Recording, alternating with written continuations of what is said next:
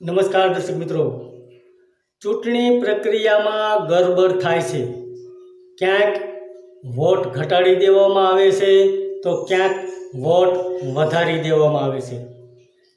આમ ગણીએ તો વોટ ચોરી કરવામાં આવે છે, જેને કારણે ચૂંટણી પંચ સવાલોના ઘેરામાં આવી જાય છે. તો આ વોટ ચોરીના મુદ્દાને લઈને કોઈ તો અવાજ ઉઠાવવાવાળું જોઈએ.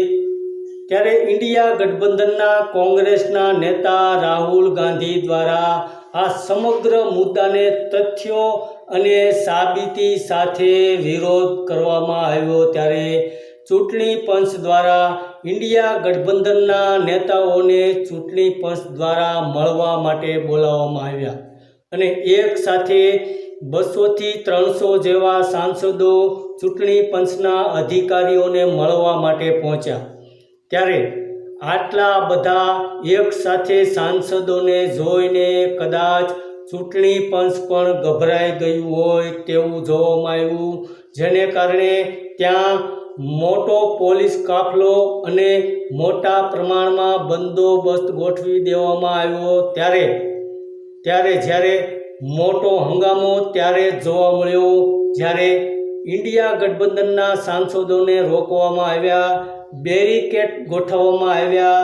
ત્યારે અખિલેશ યાદવ આ બેરિકેડ કૂદીને પહોંચી ગયા. ત્યારે ઇન્ડિયા ગઠબંધનના મોટા નેતાઓની અટકાયત કરવામાં આવી, પરંતુ થોડા સમય બાદ જ આ અટકાયત કરેલા તમામ સાંસદોને છોડી મૂકવામાં આવ્યા.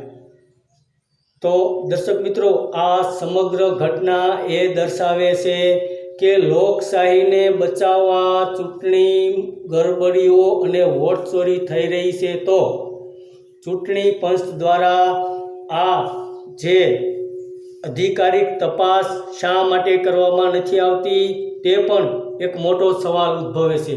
તો દર્શક મિત્રો, આ જે સમગ્ર ઘટના બની રહી છે તેમાં વિરોધ પક્ષના નેતાઓ ચૂંટણીની અંદર ગરબડી થાય છે તેની સાબિતી આપી રહ્યા છે, તેનો વિરોધ કરી રહ્યા છે.